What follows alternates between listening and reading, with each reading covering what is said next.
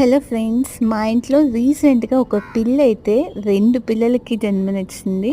అవైతే చూడ్డానికి చాలా చిన్నవిగా, చాలా క్యూట్‌గా అండ్ చాలా ఇన్నోసెంట్‌గా కనిపిస్తున్నాయి. అండ్ యాక్టివ్‌గా అయితే ఉన్నాయి 2 కూడా.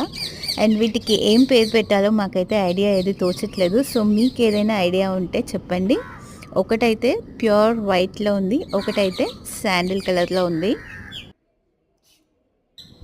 అండ్ మోస్ట్‌లీ ఇదివరకు మేమైతే పిల్లల్ని ఏది పెంచలేదు కాబట్టి మాకు వాటికి ఫీడింగ్ ఎలా ఉంటుందో కూడా ఐడియా లేదు.